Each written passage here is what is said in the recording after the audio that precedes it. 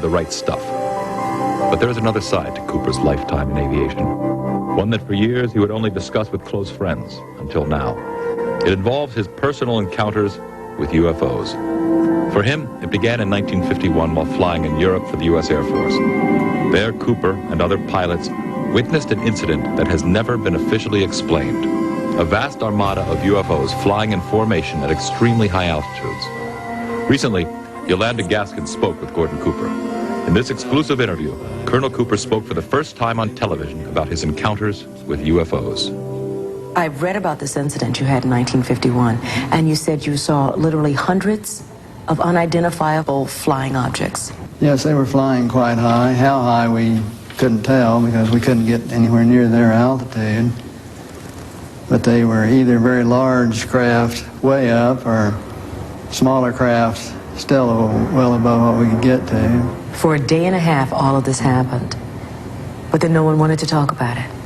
Well, we sent a report forward on it, and the answer that finally came back months later was they were probably high-flying seed pods, which didn't sound very logical. There are always a lot of excuses. There's always the weather balloons. I've heard that one before. Oh, yeah. In 1951, you couldn't even get close to the things that were flying overhead. You or anyone else that was flying. They were faster, higher. 6 years later, Cooper again encountered a UFO.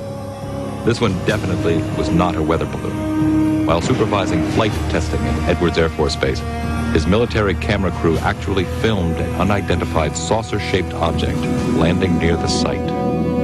As they were sitting there filming, a little saucer came from, I say little saucer, it was a saucer, came flying over their heads, put down 3 little landing gear and landed right out on the dry lake bed. And they picked up their cameras and started over toward it, filming as they went.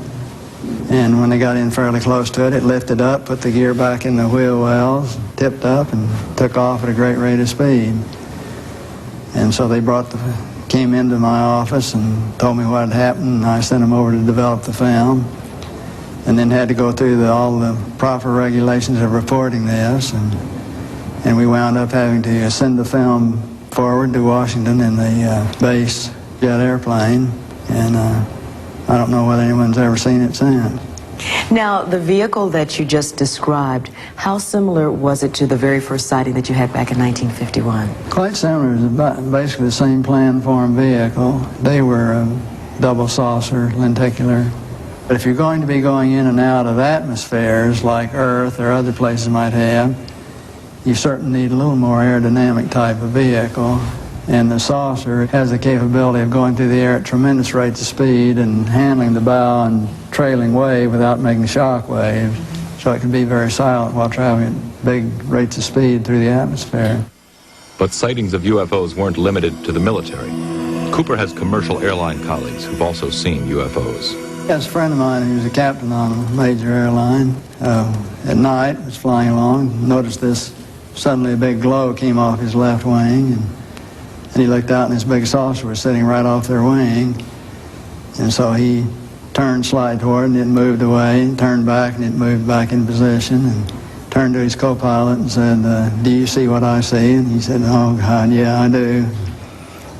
And it trailed along with him for quite a period of time, then tipped up and climbed very steeply away.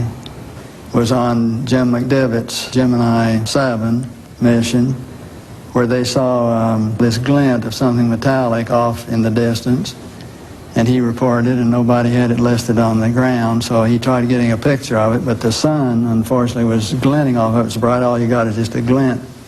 There was no detail on what it was, but never any further sighting at all on it. Years later, Cooper approached the United Nations with a proposal for a committee that would explore the UFO phenomenon. All right, now tell me about the letter to the UN.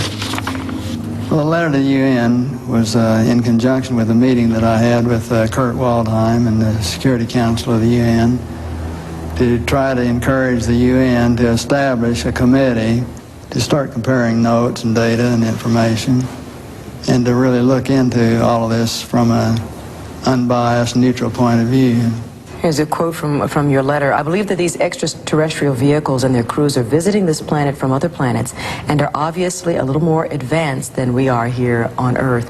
And are you saying that's exactly why governments have been trying to keep this information private, because of that obvious advancement? Very possibly, right.